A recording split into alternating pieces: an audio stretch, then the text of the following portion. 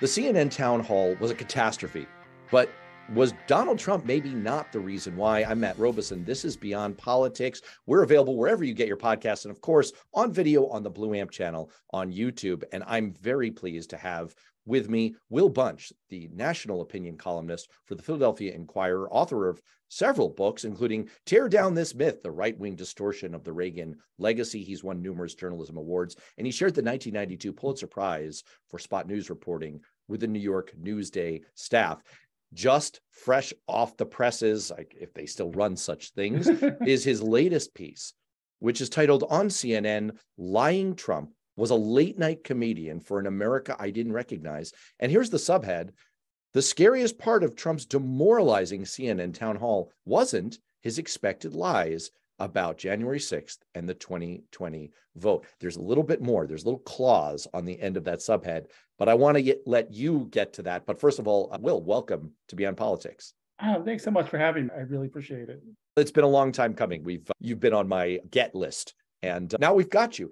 I won't tease the audience any longer. You expected everything about Donald Trump's performance. I think we all did. And your piece was so interesting because blamed the shit show on another party. Where do you lay the blame? Basically on the audience. I was watching this event last night, waiting to see what was it going to be that I didn't expect, right? Because to me, that was going to be the story, that there was going to be some moment in this 70-minute long event where I was going to say, whoa, I didn't see that coming. And as you summarized, it did not come from Donald Trump. He literally said nothing we had not heard from him before. But I feel I'm misinformed or misled, I guess is a better word, by CNN in terms of what they were telling us about the format. When they were saying, we're having this in front of the people who matter, which are the people who are going to be voting in the Republican primary in New Hampshire next year, and including people who say they're going to vote in the Republican primary but claim to be undecided. And some of them will be people who voted for Trump or whatever. And my first thought is, okay, he'll probably get a couple sycophantic type questions, but maybe there'll be some people who support Ron. Some of the earlier polls, DeSantis was actually doing well in New Hampshire. And I thought that there would be a mix of questions and a mix of people in the audience who wouldn't necessarily, that the idea wasn't that they were going to be rigged, to use Trump's favorite word, on Trump's behalf. And clearly, once the thing got going, that was not the case. Lines that I thought, oh my God, this is a cringeworthy lie, were getting applause from the crowd. And the moment that really I realized that the fix was in, I guess you would say, was when he went on that horrific rant about E. Jean Carroll, the woman that a jury found that he sexually abused and then defamed by claiming that she had lied about it. Trump did his basic, I don't know her, but she had it coming rant. And at the end, he said, I don't know, she's a whack job. And the crowd laughed. The crowd laughed like he was David Chappelle delivering a punchline on late night TV or something like that. It was like, I realized that's when the idea crossed my head. It's for this crowd, Trump is like Johnny Carson. It's like he's doing a monologue and they're laughing along at the familiar punchlines and the jokes they expect. And what worries me about the whole thing is, you could say that didn't show you much. It just showed you that they were able to rig this audience and just get 400 Trump supporters in the room. But I think it shows what the polls are showing, which is that if you're a Republican, you are solidly behind Donald Trump.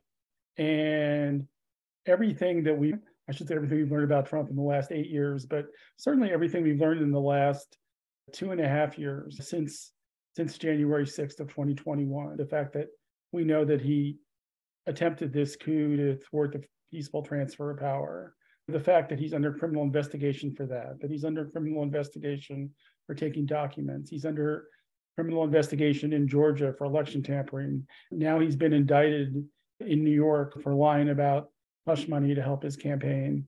And now we've had a jury find for the woman in one of the multiple reported cases of sexual assault or sexual misconduct involving Trump.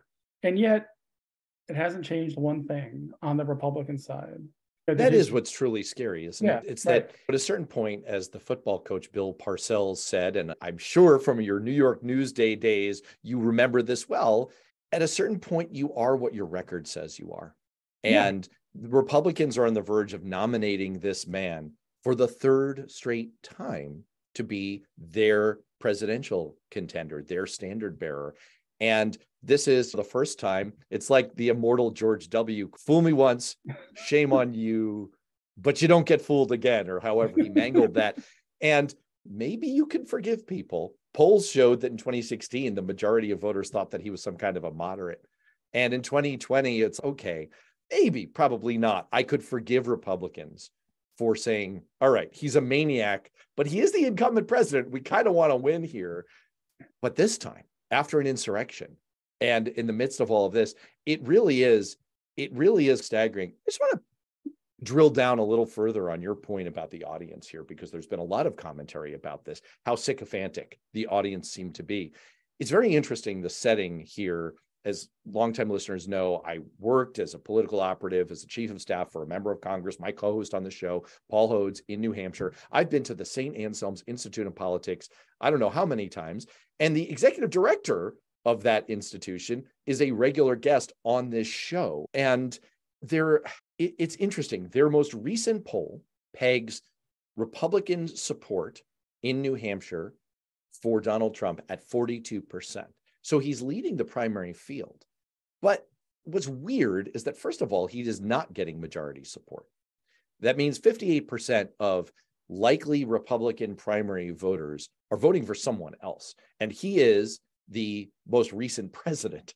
And second of all, New Hampshire has this unusual system where you can same day re-register as, if you're an independent, as a Republican and participate in the Republican primary. So this is all just to say that there was a screw up here somewhere. If the objective was to present a realistic picture of how Donald Trump's entire performative approach to this presidential contest would be received by the likely electorate he will face in New Hampshire, they did not hit that.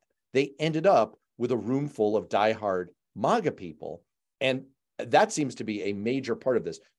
But on the other hand, you're arguing something different, which is you can say maybe they over tilted toward MAGA land. But at the end of the day, this is on the Republican Party. He's going to be the nominee. At a certain point, you are what your record says you are.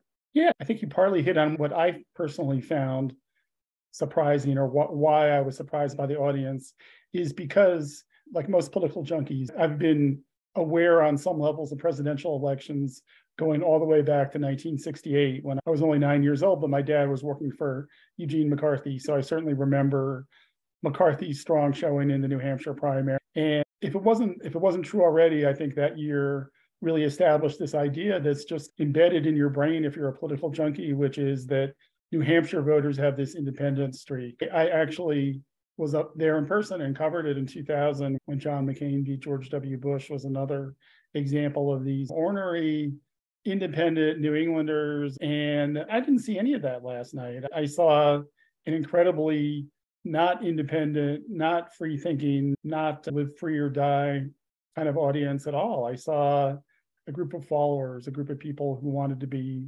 part of the pack. So I think that surprised me to some degree. And yeah, I saw that poll that you referenced where Trump was only at 42%. And the thing is, even if the anti-Trump streak in the Republican Party persists and is still out there, it's looking more and more like the 2016 strategy of divide and conquer, where people forget how low his percentage was. It was probably less than 50%, because he didn't really start getting 50% until he was down to just one or two opponents at the very end.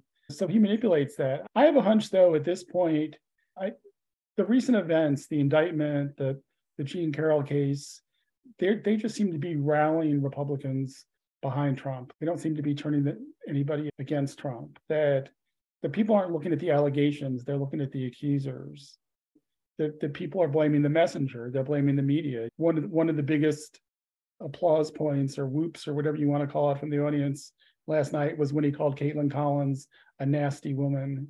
And that's what struck me about the several Trump rallies. And it was ironic because this wasn't supposed to be a Trump rally. It was supposed to be a town hall. But I've been to Trump rallies, and the most powerful force by far was hatred of the news media.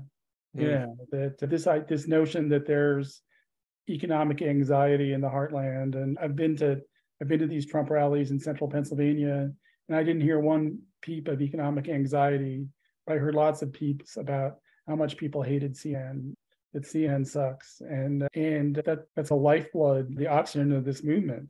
This is exactly what former New Hampshire Senator Judd Gregg captured in a really perceptive 2016 quote, where he said that Trump supporters don't really care about anything that he does as long as he keeps sticking his thumb in the eye of the people they don't like. And that's essentially, it sounds like what you're picking up from last night is that you would think that most normie human being reactions to what he did would be disgust, revulsion, or at least some sense of, hey, you know what?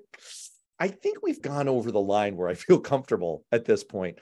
But maybe he's shifted their Overton window, or maybe it's just what Judd Gregg said. As long as he's attacking the media and attacking liberals and attacking women, because there's a lot of aggrieved men out there, they're like, okay, so that feels good to me.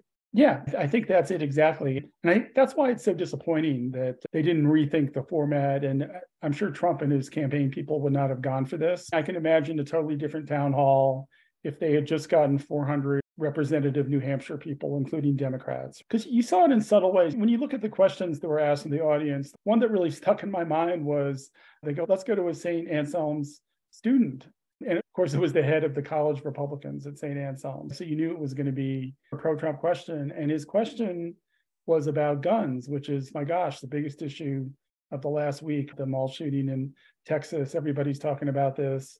And the young person's question was, what was Trump going to do to deter the people who were trying to take away our gun rights? And it's just so not representative of where the majority of the public is at these days. It's like that scene out of The Simpsons, right? Where Lisa set up with a question, Mr. Burns, your campaign has the momentum of a runaway freight train. Why are you so popular? I mean, yeah, I can't imagine a bigger softball. Yeah, most of the questions were like that. Think how much more powerful a moment it would have been if somebody stood up there and said, President Trump, as they were calling him, and they should have called him ex-President Trump or whatever. But if somebody stood up and said, President Trump, I just watched the video of this mall shooting in Texas, and I'm horrified that every day people can go out and get these weapons of war that are only good for killing other human beings. What are you going to do as president to stop this?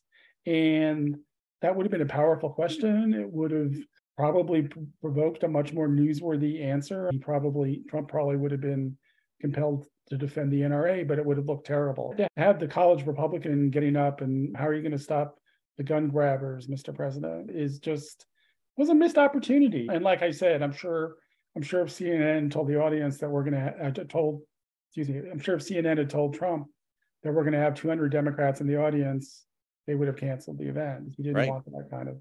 Let me try this out on you. I'm going to do what is, the kids would call this one weird trick. This is one weird trick for having an effective opinion column. And I'm going to run this by you because you are a literal Pulitzer Prize winning columnist. It's frequently a good idea at some point in your opinion column to say the to be sure or the here's why I could be wrong clause, and then to disprove it. So my caveat up front is I do not agree with what I'm about to present to you, but here's where you and I could be wrong. There is a case to be made. And actually, the Politico got a hold of a recording from an editorial meeting that Chris Licht, the CEO of CNN, held with his team this morning, a debrief, in which he thought that the whole thing was a triumph. And he made the case that it did exactly what the media should be doing and what they intended it to do. And his argument was, in terms of the crowd, I'm quoting, while we may all have been uncomfortable hearing people clapping, that was also an important part of the story because the people in that audience represent a large swath of America. And the mistake the media made in the past is ignoring that those people exist, just like you cannot ignore that President Trump exists. And then he goes on to say, in terms of the news value of the event, there was so much that we learned last night about what a second Trump presidency would look like. You do not have to like the former president's answers, Well, you can't say that we didn't get them. So look, in a nutshell, what he's saying is maybe we did America a service by putting Trump in front of this pliant crowd that was going to lap up everything he did and letting him expose himself. We know he plays to applause. We know he plays to the crowd. We know he uses that as a barometer of what's working, what's not. And by basically drawing him out into all of his most disgusting shtick, they put it on display for the American people. Does he have a point? Yeah, yes and no. Where I'll start with where I disagree with what he said, which is we know Trump has supporters. He was elected president of the United States in 2016. We know that there are people who support Donald Trump, and he got 74 million votes in 2020. So that's nothing new. Having a pro-Trump crowd there, I don't think revealed anything to the American public. It just gamed the system so that middle of the road people watching it were thinking, yeah, what Trump's saying makes sense to these people. Maybe he's onto something. What I will say, though, is we have seen that there is a part of the American electorate. It's not a big part, but it's a significant enough part of the electorate who, is swayed by reality. And if you look what happened in 2020, we had this small but significant swing of voters away from Trump in 2016 to voting against Trump for Biden in 2020. And I think the thing that really killed Trump in that 2020 election was he was doing those daily COVID-19 briefings, and they were terrible. He looked dumb and he was getting on people's nerves. And that was when you saw him start to drop in the polls, right? When he was having those briefings. So I think there is something to what Lick says that we can, that in the various hot houses of politics, whether it was the crowd at that event or whether it's the way people react on Twitter, we forget that there's this group of, it's not a lot, 10 million, 20 million actual swing voters out there who maybe seeing Trump live on TV last night, not that many were watching, but the ones who did watch last night, maybe seeing him look ridiculous. Runs a risk, though, doesn't it? Because it runs afoul of the H.L. Mencken quote that the democracy is the theory that the American people know what they want and they deserve to get it good and hard. And we've gotten it good and hard, at least for 4 years. And we've, as a country, really reaped the results of that misguided decision. And we're running the risk here that you can present here's the unvarnished what he does and says, and here's the unvarnished what the other side says, and you guys sort it out. You'll figure it all out. We've seen that not work very well. We saw it not work very well here in 2016. We saw it not work very well in the UK when it came to Brexit. And when you have these kind of binary decisions that the American people need to make, you run the risk of it can be normalizing. You see him on CNN, he gets to make his case without pushback, and you're just relying on the American people's bullshit detector to say, no, this is gross. We don't like it when a crowd is whooping, when you further defame a victim of your sexual assault.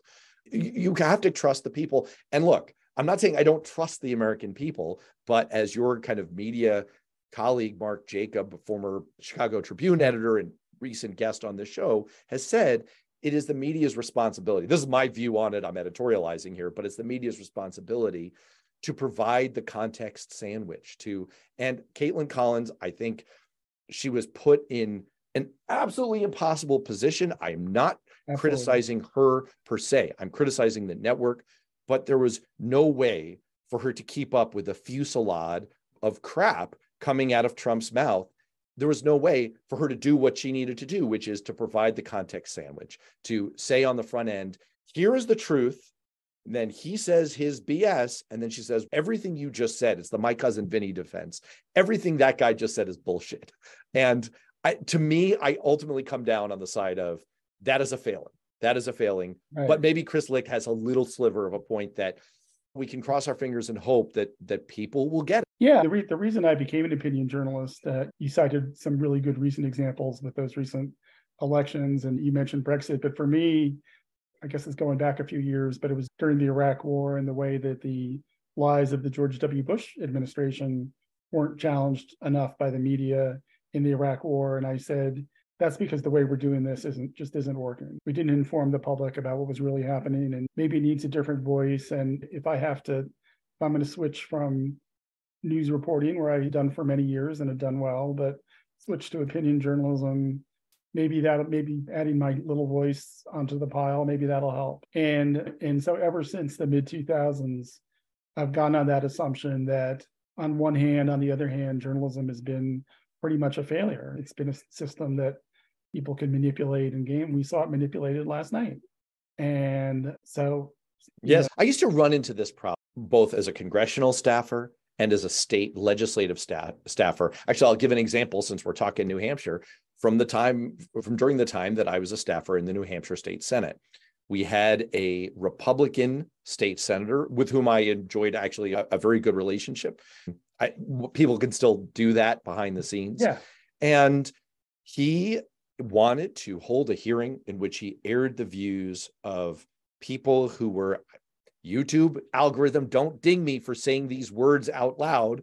These were people who were against vaccines. And he was like, just give them a chance to say their thing. And for our audio listeners right now, Will knows where I'm going with this. You just rolled your eyes. Yeah, exactly. Correctly, appropriately, because that never works. No. Presenting this as a both sides thing is always inherently confusing. The lie is halfway around the world before the truth has a chance to put its pants on. There have been multiple psychological studies on this. It's what I call the Democrats' asymmetry problem, which is Republicans have the advantage of just saying in 4 words some piece of total malarkey.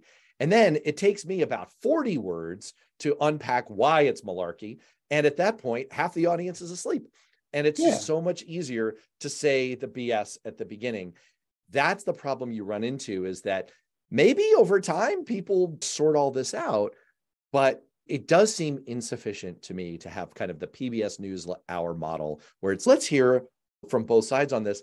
Some things there really isn't a both sides to. There's one set of facts. There aren't Kellyanne Conway's alternative facts. There's just not. Yeah, I mean, the other thing that really got me going in this direction was climate change, because here you had a side of billion-dollar corporations that had literally billions of dollars to gain by misleading the public. And they realized that balanced journalism, that journalists have to give equal weight to both sides, was their foot in the door, that this was science. There really wasn't both sides. There's been many studies of climate, and man-made global warming has been proven again and again to be a reality. But to get that foot in the door and claim we're the other side, you need to give us 50%, even when it's just these bogus think tanks funded by mega oil companies, is how the system is manipulated. But we've seen it manipulated in so many different ways. And last night, at the end of the day, was a manipulation as well, maybe of a slightly different sort.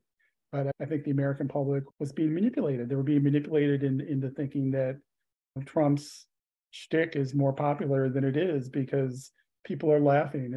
When I was saying that, I just all of a sudden, I don't know if you were a fan of Joe Jackson, the new wave era musician, but one of his big hit songs, "I'm the Man," was about conning people basically through advertising and that sort of thing. And there's a line in the song where it's, can't you hear me laughing? Can't you see me smiling? I'm the man. And that's it. Hey, we're all laughing and having a good time. What's wrong with you? Don't you get it? Aren't you part of the in crowd? And that's the vibe. Trump's people were said to be thrilled after the event last night. And I think that's why, because it's one thing for him to spout his nonsense on Truth Social like he does all the time. But last night, he spouted his nonsense in front of 400 people, and they laughed and applauded. And 3 million people watched that happen. And it's as old as Greek theater. It's as old as vaudeville. This is why comedians put plants in the audience to laugh. Yeah. This is why they hold up the cards, laugh when you film sitcoms in front of a live audience, because it's a social reaction. People take their cues. This is how Stetson Kennedy led the campaign to kill the KKK back in the 50s with frown power, to try and give some social pushback to, hey, you know what? There's a cue here for all you people. This is bad. You should look at this and you should frown because this is bad. I know you've got to get out of here. Let me get you out of here on this by taking it full circle. It's been a bad few weeks, as Tom Nichols said in the Atlantic this morning, for the people who have polluted the waters of American politics.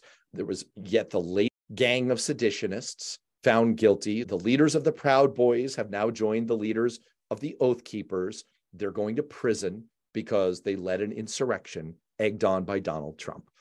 Donald Trump was found liable for sexual abuse and defamation in the Eugene Carroll case.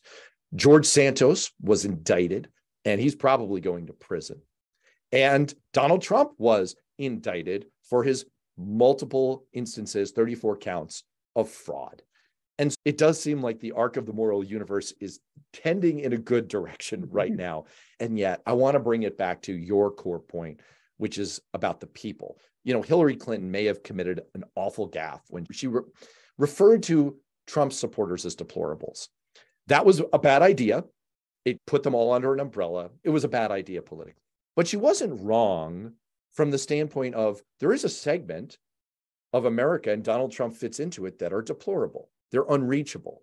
There's no way to get through to them. But I'm curious about your thoughts on the rest of them. There are people in the Republican Party who may have supported Trump before, who, as you were referred to a moment ago, are reachable. We may find a way to break out of this. How are you feeling right now about the prospects of bringing the people who are still going along with Trump out from under his sway? After several years of this, we've finally looked towards the hard and fast legalities of the justice system to, in some ways, accomplish what we couldn't accomplish politically. Telling people what Trump was doing or what George Santos was doing is wrong only seemed to get us so far. We had to have that power of the legal system come down on them.